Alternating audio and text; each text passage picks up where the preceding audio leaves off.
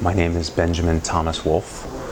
I was born and raised here in the Midwest. My parents were public school teachers. I was recruited by the FBI while I was in an internship in Washington, D.C., where I worked on national security investigations, including terrorism, espionage, and counterintelligence investigations.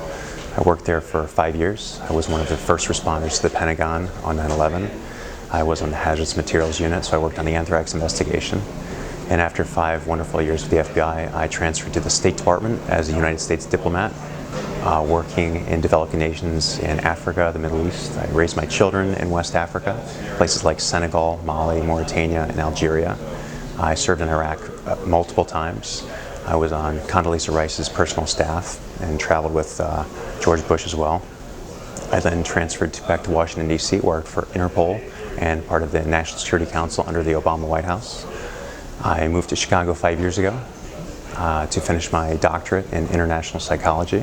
I'm now a professor of government and history at Roosevelt University and East West University. I am a nonprofit president for a small nonprofit which helps with housing issues called Keep Chicago Livable.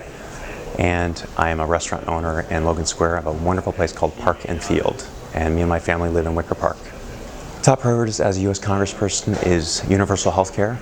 I feel strongly that everyone deserves and is entitled to basic health care to make an overall happier and healthier society.